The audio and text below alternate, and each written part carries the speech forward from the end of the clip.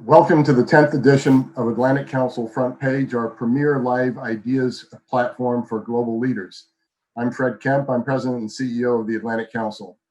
We've heard from extraordinary leaders on this platform already, including the NATO Secretary General Jens Stoltenberg, Afghan President Ashraf Ghani, Colombian President Ivan Duque, and the IMF Managing Director Kristalina Georgieva. Earlier this week, as part of our deepening work with the European Union, we heard the Executive Vice President of the European Commission, Margrethe Vestager. Alongside our many other virtual convenings, the Atlantic Council Front Page has allowed the Atlantic Council community to grow closer and larger during this period of coronavirus as we build a global conversation about the most significant matters of common concern. It's in that spirit that I am delighted to open this edition of AC Front Page, featuring Her Excellency Annegret Kramp-Karrenbauer, Federal Minister of Defense of Germany. Herzlich willkommen, Frau Bundesminister, for this conversation on transatlantic resilience, among other matters. The NATO Secretary General on this platform announced the launch of NATO 2030, a reflection and his effort to deepen the political and global dimension of the world's most enduring alliance. We now look forward to hear from you about how you see the future security picture for Germany, Europe, and the alliance at this historic moment when great power rivalry is again with us, and Germany and Europe are looking to find their place and sketch their strategy. In that context, we also look forward to your reflections on President Trump's recent confirmation of plans to withdraw 9,500 US troops from Germany, reducing those that will remain from 34,500 to 25,000. In the Wall Street Journal this week, National Security Advisor Robert C. O'Brien said the Secretary of Defense and Chairman of the Joint Chiefs are diligently preparing a plan to bring to the President using the ideas that our troops have to be more forward and expeditionary. And Pentagon officials have told me that the plan could be in the President's hands as early as this week. Some speak of the need for greater European strategic autonomy. Some worry about the danger of strategic decoupling across the Atlantic. What's clear is that the world is changing, and we are navigating what we at the Atlantic Council have been calling an inflection point in history, perhaps as significant as the periods after World Wars I and II. We at the Atlantic Council are responding by doubling down on our mission of shaping the global future together with allies and friends to advance a more democratic, prosperous, equal, just, and collaborative international order. In that context, I'm delighted to welcome Minister Kramp-Karrenbauer to the Atlantic Council for a conversation unpacking the transatlantic resilience. The minister has served as German Defense Minister since July 2019, and as chairperson of the Christian Democratic Union since December of 2018. She previously served as Secretary General of the CDU in 2018 and as Minister President of Saarland from 2011 to 2018. The minister has warned of an aggressive Russia, the threat of Islamist terrorism, an ascendant China with global ambitions, and authoritarian challenges to a liberal world order ever since she took up her current role as defense minister. She has spoken clearly about the greater responsibility that Germany and Europe have to shoulder, must shoulder as part of an Atlantic alliance in addressing these challenges. At the Council, we want to make sure that we remain focused on the threats and challenges we face together, and that we work through any of these issues with our allies, NATO, and particularly as well with the EU. Germany, as a key NATO ally, has backed a robust economic recovery package to help Europe move out of the current economic crisis within the EU, something few of us would have expected even 3 months ago. So thank you for joining us today, Madam Minister, to unpack these subjects and more. With that, I want to tell our audience that they can tweet about this event and send questions using the hashtag AC Front Page. You can also send questions in on the Q&A portion of Zoom. And now it's a pleasure to pass to my colleague, Anna Wiesländer, the director of our North Europe office in Stockholm, which opened in the fall of 2016 and serves as an important and consistent extension of the Council into the region. Anna is an expert in defense and security, one of the best anywhere, analyzing international trends with a special focus on the security situation in the region and how it relates to transatlantic and global geopolitical developments. We know, Madam Minister, that you might have preferred going up to Sweden during this period of time when it's always so beautiful, but we are where we are with coronavirus, and we're delighted to have you here with us in this virtual setting and this global audience. And I pass the floor to you, Anna. Thank you so much, Fred. And dear Madam Minister, Kramp-Karrenbauer, dear audience, I'm delighted for this opportunity to have this conversation with you in Berlin, Madam Minister, me in Stockholm, and the dear colleagues in Washington, D.C., and a great audience across the Atlantic. You were supposed to come to Stockholm, as Fred just mentioned, as part of a visit around to northern countries, but I was delighted to learn that in spite of not being able to do this, you have met on video conference the Nordics and the German defense ministers and discussed the situation up here. So we will get back also to your view on the northern dimension, but I would like to start with the state of the transatlantic alliance, actually. And last year, we had NATO celebrating 70 years. Its first Secretary General, Lord Ismay, he said once that the goal of the alliance was to keep the Russians out, the Americans in, and the Germans down. And presently, I think there is a lot of discussion on what would be an appropriate formula and the purpose of NATO today. So let us talk about each of these components. That's my proposal, starting with keeping the Americans in. As we heard here in the introduction, there are many of us who are astonished and worried about the US announcement of a major troop withdrawal from Germany. And there are many other worrying signs in the transatlantic relationship. We also have seen a lack of American global leadership during the COVID-19 crisis that adds on to this, these concerns. So I would like to ask you, what is your reaction to the US troop withdrawal from Germany? Ja, sehr geehrte Ms. Wieslander, a warm welcome from me to all those who are participating in this webinar. I'm looking forward to the discussion. You mentioned 70 years of NATO. NATO for us in Germany and for myself is an alliance of the US with European and other states, and states that have common interests, but more importantly, that share values. NATO is not a trade organization, security is not a commodity, but it is about how we all together deal with the threats of our time. The US troops and civilian staff that are stationed in Germany are personnel that, of course, stand up for the security of Germany together with our own troops and our NATO partners. But they are also here because of collective defense. They send a very, very strong signal from Europe to Russia, for example.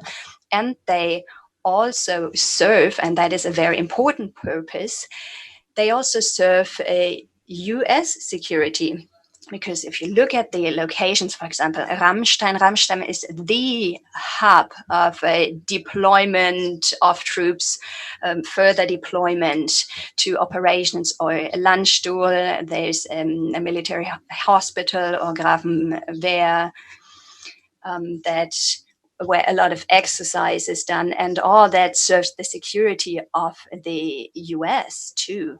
And I believe that over decades, the US has been able to trust that NATO partners are actually very faithful partners. May I remind you that we've only evoked our mutual defense clause once after 9/11, when all of us deployed to Afghanistan by the side of our US friends. And we've all lost some men and women there. Let's not forget that. Thank you. I mean, I wonder if you can comment on, there are rumors that these troops, or there are US indications that these troops will be moved elsewhere in Europe or other places, rumors on Poland, for instance. What would that mean for European security?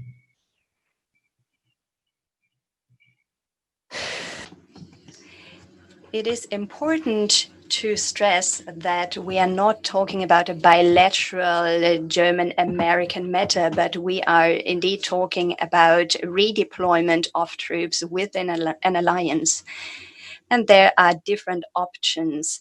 If troops are redeployed to the US, then you have to make sure that you don't send the signal, which would be incorrect, that that the US is less interested in Europe. If troops are then moved to the Indo-Pacific area, then that would mean a new strategic focus of the US. And if troops are moved within Europe to Poland, for example, then it is important that we remember the NATO-Russia Founding Act from 1997. It is an important document, especially in a time where Russia is becoming more assertive. It is important that NATO and the NATO partners stand united, visibly united, and it is important that we stick to this treaty that we've agreed to.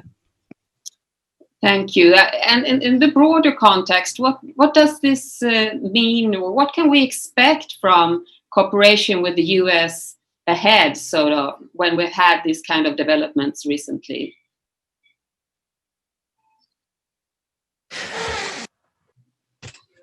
I was very happy last week when, in the format of the NATO defense ministers, we got together for NATO defense ministerial, and my colleague and friend Mark Esper said very clearly last week that for the US, the strong link and the strong focus on the transatlantic bond and on the connection to Europe needs to be maintained, and that this is not a subject matter that can be discussed. And this is a very important point for us. We deployed to many common missions, for example, to Afghanistan. On deployment, we stand up for the peace process. For many years, we've been fighting there together. We made sacrifices. The US has lost lives, of course, as well. And so the objective we always had, which was to prevent Afghanistan from being a safe haven for terrorists, is something that we want to secure for the long term. And it is important here that we can rely on one another here, that we coordinate our plans with one another. And so it's not only about an individual decision that is going to be made, but instead it's about how we deal with each other, how we behave to one another, what our goals are, how many allies are to be involved, and it's important that the Pentagon and the American side is reliable. Thank you. So reliability, predictability. Also Vorhersagbarkeit. Moving on then, regarding the aim to keep the Germans down, that's part of history. I think on the contrary, many are asking for even more German leadership now on security, on defense. We also have the issue of the German defense spending, which is rising, but Americans then thinking this pace, the target of reaching 2% in 2031, that is too slow for them. We have France calling for President Macron, Germany should take more risks, and we should have more European independence. I've heard you agreeing on the risk-taking. You also believe that it's time to be more of that, but that you rather would like to see a stronger European pillar in NATO. You have put forward this in Financial Times recently, for instance. And I think that is something that appeals to many European countries, building a stronger European part of NATO, and that Germany could be a unifier and perhaps move forward on this. So, in your view, what does a European pillar in NATO, what does it look like a bit? What can Germany take a lead on when it comes to developing such a thing?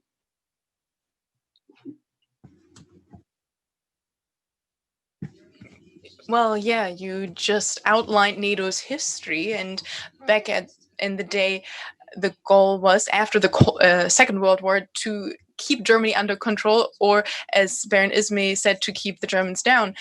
But today, it is indeed a fact that we're an important and reliable partner as a country, and that many expectations are being placed in us. And I would like to say very clearly now that if we talk about a higher defense budget and about building up capabilities, then this is in our very own German security interest. This has nothing to do with any administration around the globe or demands coming from there. It's our very own German security interest.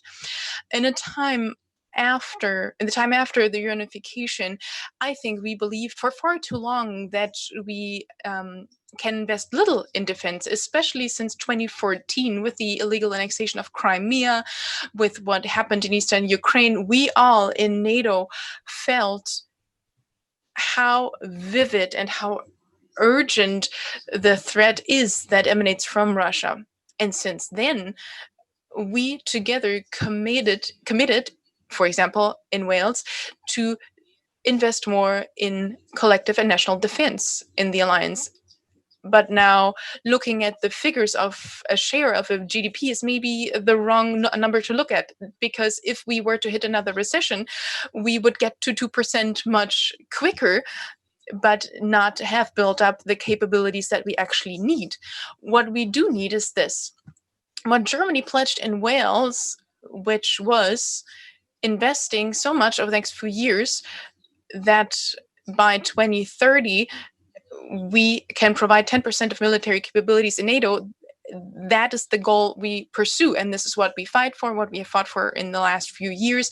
That's what I'm advocating for also here in Germany, my home country, and this will be a major challenge, also with a view keeping in mind the budgetary constraints of the public administration after COVID-19. So we must make sure, if you look at Europe as a whole, at all European member states, that overall we have to spend as much on the military as China does, for example, but with less effective input, because we as partners and neighbors very often do things for ourselves, and then we realize that parallel structures in our neighbor countries are doing the same. So the challenge here is in Europe that we need to coordinate better what we do with regards to equipment, to armament. We have to develop a common strategic compass, looking at where are our threats, how do we deal with those threats. There are very different threat perceptions on the continent, and so we have to make clear in our commitment in Africa, for example, right now in the Sahel region, that this is an interest that is a purely European interest. The terrorism originating from there is mostly a threat for the European countries, and we cannot rely on the fact that this is to be perceived as a special task for the US side. No, this is our responsibility, and we need to be more able to act and better than we were in the past. Thank you. Yeah, you mentioned the risk of decreasing spending on defense due to the economic recession caused by the COVID-19 crisis. How worried are you about that? And in combination, then Germany is entering the EU presidency. Can you combine this so that we get this efficiency that we are talking about all the time in the most possible output of the money that we are spending on defense now, when it's so strained, the resources?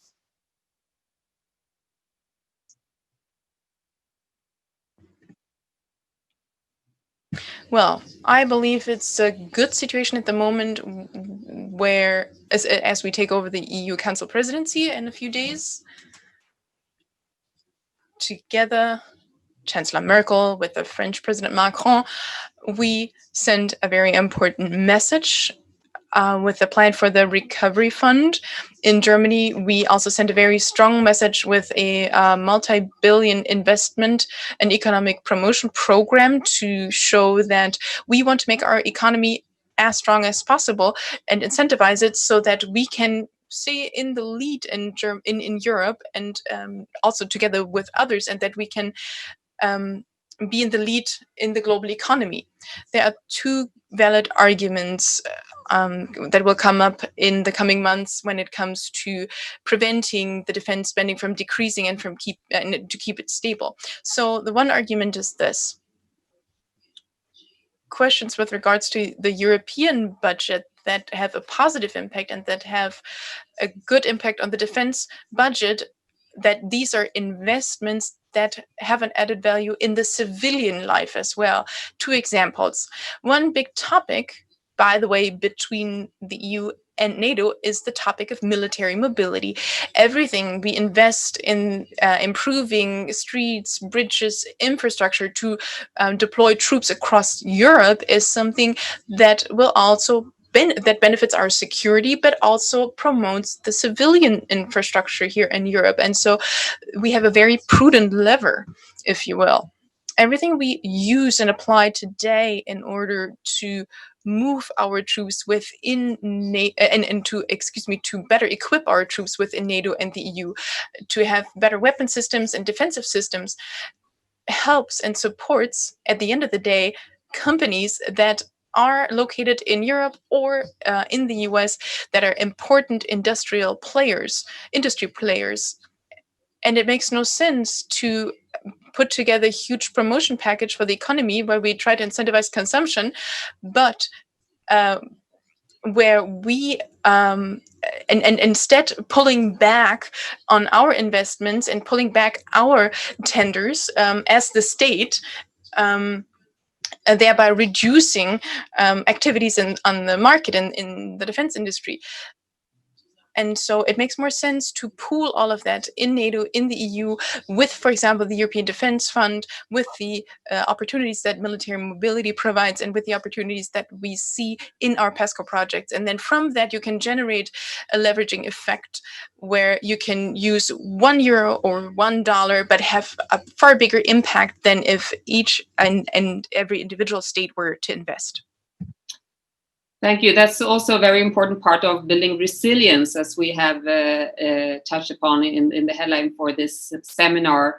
One of the lessons learned from the COVID-19, how all of this hangs together, the strong societies, if we have that, and the ability to resist, that also gives us the ability to act more jointly, I would argue, if we are resilient. If we are not, we will get lost and the government will try to fight with what you have. But to be connected, we need to be resilient as well. I would like to move on to the third aspect then. You mentioned threat perception, and I think we met in Munich at the Munich Security Conference. You had a story which I really took in, and that's, you said that when you go to Lithuania, where Germany is heading the enhanced forward presence of NATO battle group, they ask you, can you send more German soldiers? And then you come back to Germany and they say, why don't you bring our German soldiers back home? So that's the difference of a threat perception in two countries that are quite close to each other. And the idea of how to deal with Russia, that has been a big major discussion. We have had France proposing a new architecture for trust and security with Russia, more cooperation, more dialogue, less confrontation. In your view, is there such an opportunity now, or where are we when it comes to having relations with Russia?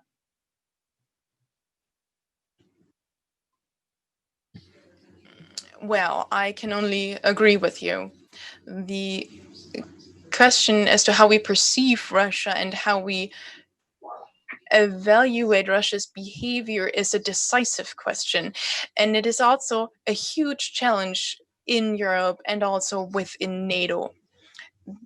There is very much a difference if you live in Germany as a German citizen,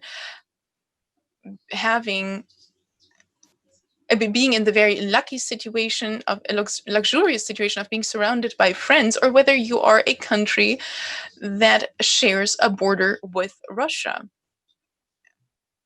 Or if you're a country like the Northern European or the Baltic or the Eastern European states that on a daily basis see violations by Russia. It is a difference if you see that your airspace is violated, as we see in air policing every day. And it does make a difference whether there is a large number of Russian vessels and submarines that you see every day in your territorial waters, or it does really make a difference if you have to deal with hacker attacks or disinformation campaigns. For example, the German Bundestag, the parliament, was hacked a few years ago. And for example, it also is a big topic of seeing killings that happen if somebody sends out a killer to neutralize somebody. So for our council presidency, it is our first and most important goal to work on the strategic compass, and the first and most important step towards a common strategic understanding is that we have a coordinated and concerted idea of the threat perception emanating from Russia. And Russia is an important partner, it's an important neighbor. The people are wonderful in Russia, but we do see an aggressive, assertive policy coming from the Russian leadership. What we're experiencing is that the former historic sphere of influence of Russia is supposed to be secured again. Russia did that in eastern Ukraine, in Crimea, and Russia has no respect for the right to self-determination of other countries. It's the first time since the Second World War that borders have been changed with force.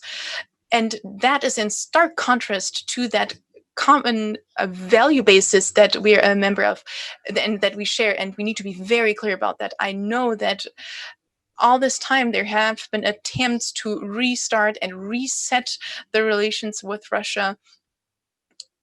I do believe that Russia needs to understand very clearly that we in Europe and in NATO are strong, that we follow through with what we do, and that we are willing to tackle the threat that Russia poses. And this is why the concept of deterrence is so up to date. It is as much on vogue as it was 20, 30 years ago. And this is why we still need it. And at the same time, we want Russia to come back to the negotiating table so that we can have valid disarmament treaties again, for example. We have, thank you. We have seen how Germany has engaged much more in the Baltic Sea region, in Northern Europe in these past years, naturally, given the background you just described. Is Germany willing to engage even more in defense and deterrence in this region ahead?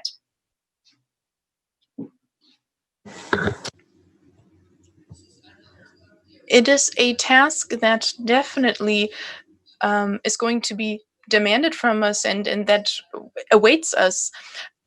Let's just look at the situation in the high north. There we see that we face the same challenges.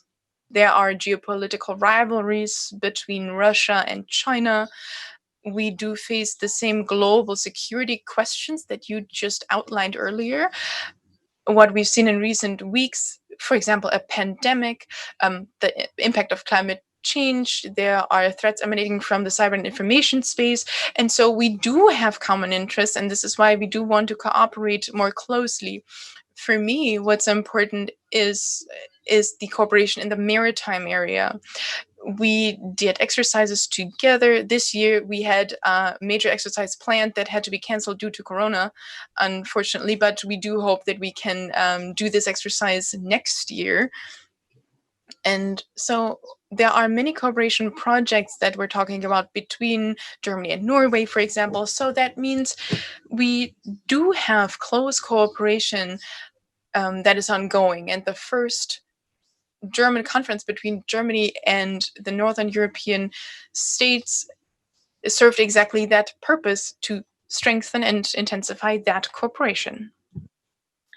in connection to this, I would like just to raise another issue that I think is perhaps significant for the smaller nations in the north, where we have resilience built in a mobilization of the whole society, and that means both men and women.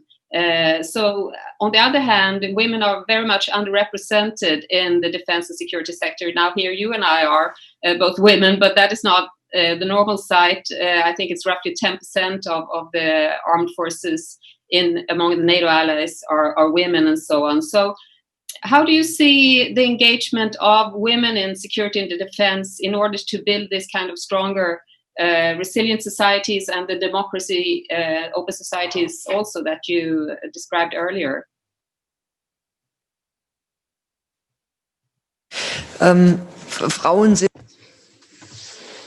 Women are absolutely indispensable in all areas of society. There's a beautiful sentence by Rita Süssmuth who said, "You can't do anything, you can't have a state without women, and you can't have security policy without women either." And this is why the military has to be a sphere that is obviously open to women as well. We've only opened all areas of our military to women quite late. So we are still catching up, if you will. So in our different services, we still have a low percentage of women. But especially when it comes to the issue of international missions and operations, for example, UN missions as well, in countries where very often there's been wars waged on the population, there's been terrorism, and all these often target women in particularly. Just think of the horrible terrorist attack in Afghanistan, where an Opgen hospital was attacked and women and their babies were targeted and killed. If we consider all that, then it is important that in peacekeeping missions we have a high share of women, because women need to see themselves represented so they can trust the security forces, because we've seen, unfortunately, in the past in UN missions that the troops themselves committed crimes too. So I am absolutely convinced that the better mix we have of men and women, the better it will be for the mission and, of course, for the people, the women on the ground who we are there to protect. Thank you. I think that this is also an important part of, as you say, our open society, our democratic society, our values. In Munich, you were very strong in your speech at the security conference this year, because you said that we are not neutral, we are not in the middle, we are the West. And I thought that was very inspiring in that sense. We have seen also now during the COVID-19 crisis how Europe is waking up to a world where China is also much more present, much more assertive, and the confrontation between the US and China has also been increasing. China is also more active in the Arctic, as you mentioned, the high north. And at the same time, we have this bringing us back to the transatlantic alliance. I want to end there before I let the questions in. But, do you foresee that the EU and the US can agree on a common response on China, given this perspective? And can this be an agenda ahead for the transatlantic alliance?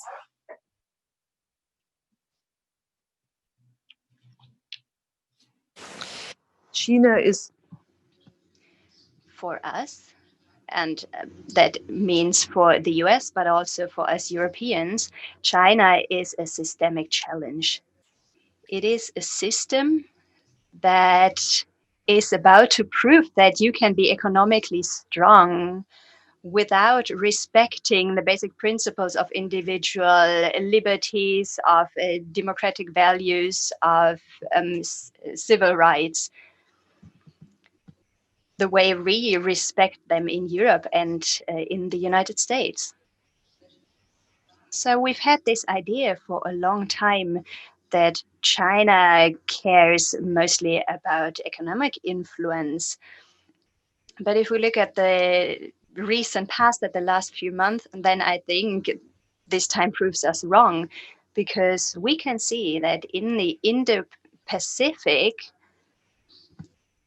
China is being very assertive and is gaining more and more clout. So if I talk to my Australian counterpart, then I can see that Australia is very concerned about China. They're as concerned about China than the northern states are about Russia.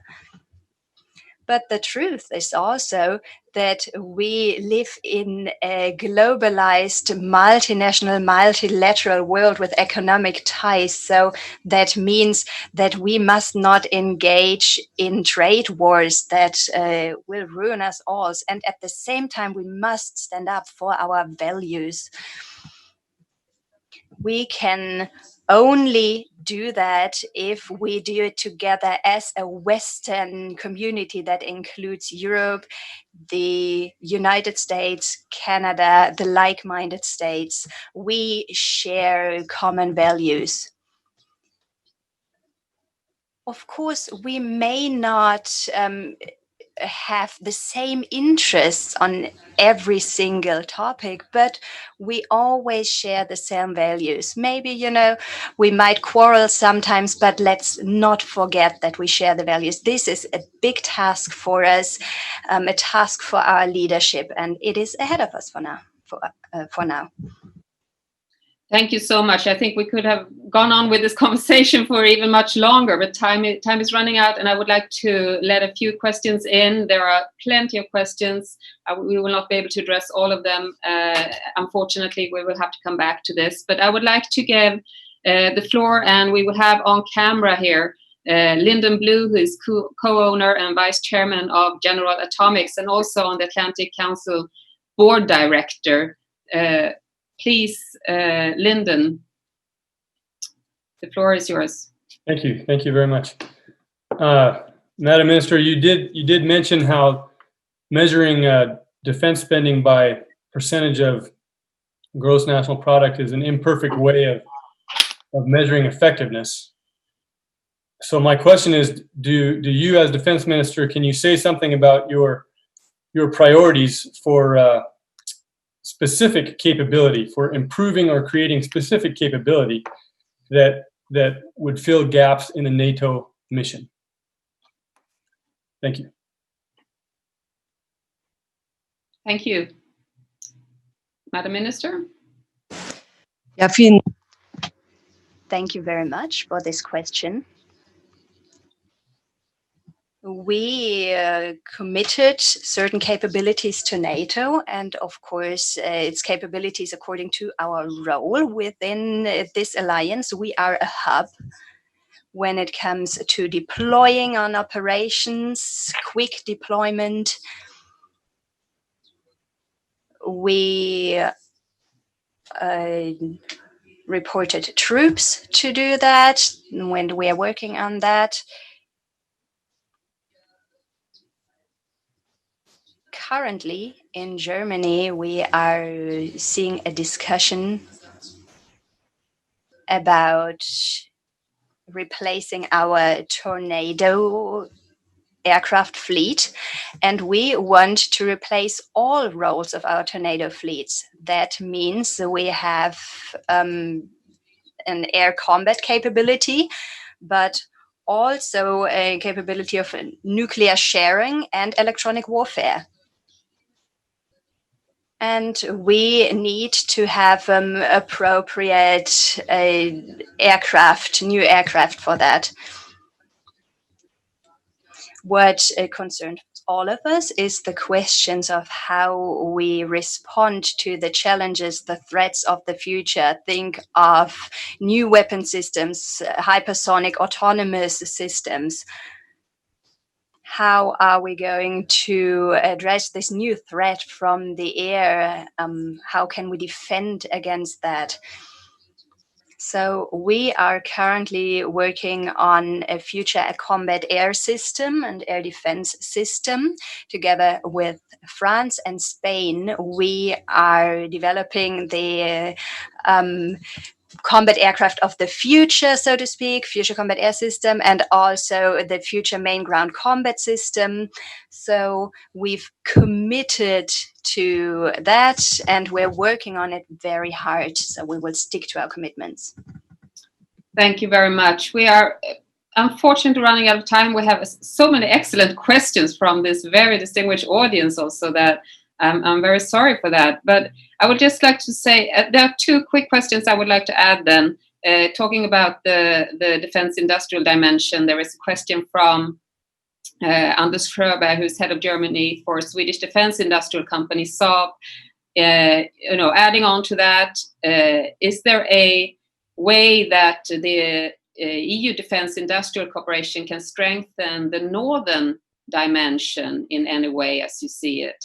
And then I would like to ask from Justina Gotkowska, senior researcher at the Center for Eastern Studies in Warsaw, following up from NATO defense ministers meeting last week, where this was discussed. What is Germany's answer to the end of the INF treaty and to Russia's growing arsenal of nuclear capable missiles? So, please.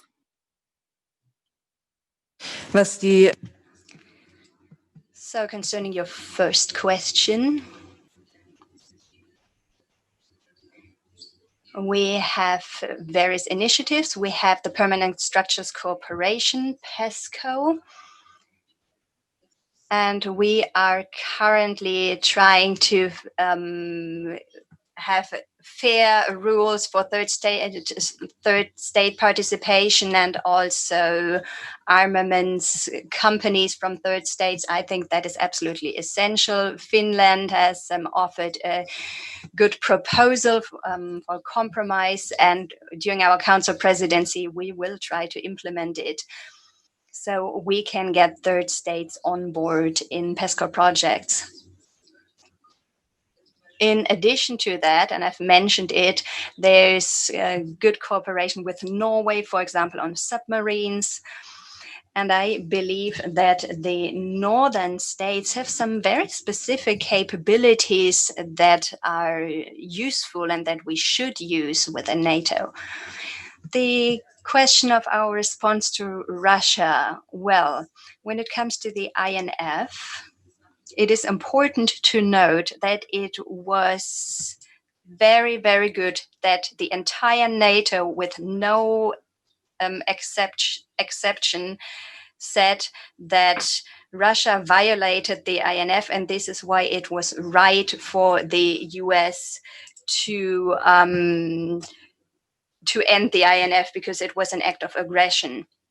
So we made very clear that we will not answer any provocation with a counter-provocation, but we want to give prudent and measured responses.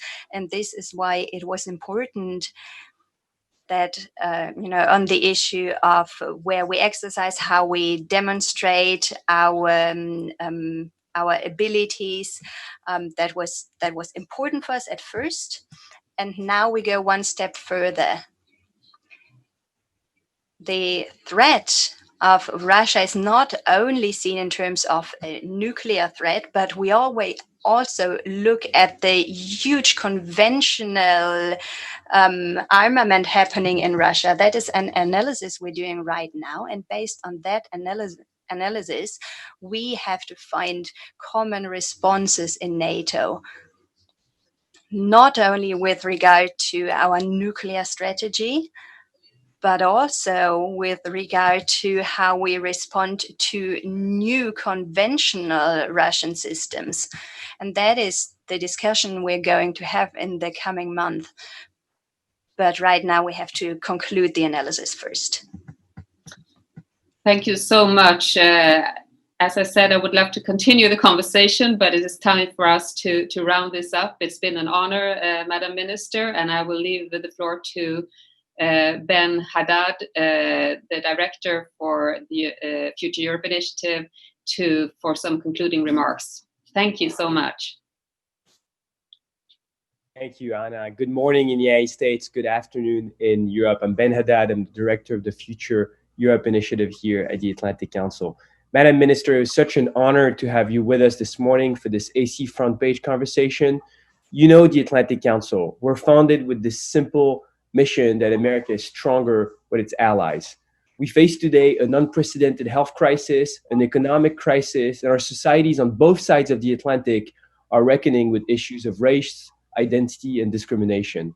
In such a context, it would be easy to look inward, but none of this can be tackled alone. And this is why we at the Atlantic Council, we've gone on offense, making the case for cooperation to shape the world post-COVID and providing a platform to global leaders. Madam Minister, we've heard you today talk about the need to defend our common interests and values, to deal with the Russian threat, the challenge from China, and tackle global issues such as climate change. You've reminded us that US presence in Europe is about collective security and American security. You've made a strong case for unity within NATO, but also for the European Union to take on more responsibility, more risk to defend its own security and interest. The alliance will be stronger with a stronger Europe. And we want to thank you for your leadership on this front, on these issues. And of course, you can count on the Atlantic Council to continue to defend this common agenda with you. With that, I want to thank you all for joining us and wish you a very good rest of the day. And we look forward to seeing all of you for the next Atlantic Council front page conversation. Thank you very much.